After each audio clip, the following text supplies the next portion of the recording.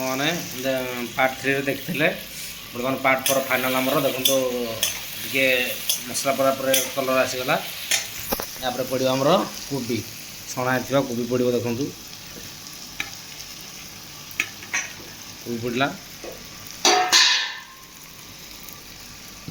तो सांग मैंने कोबी की टिके भी हमें टे फ्राए करदे आम मिक्स करदे आम मिक्स होगा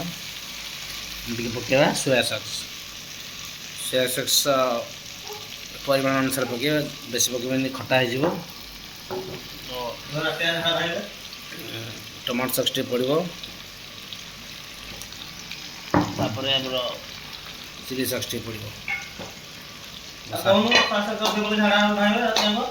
चिली सॉस पड़गला मो सांग आसला खबर नदे देखो 5 मिनट होगा आमर चिली कोबी बर्तमान फाइनाल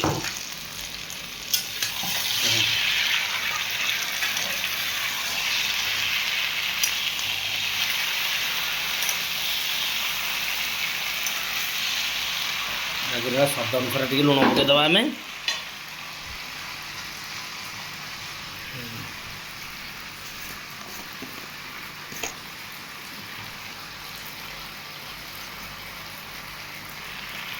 स्वाद अनुसार लुण पकड़ा जी लुण खाया दरकार खाइबे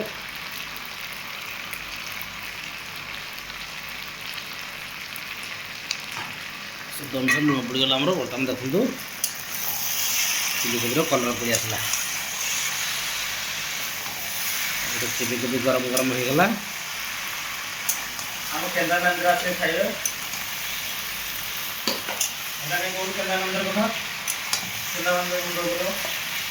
देखो तार बर्तमान रोटी तो रोटी तार लगे घंटाटे रोटी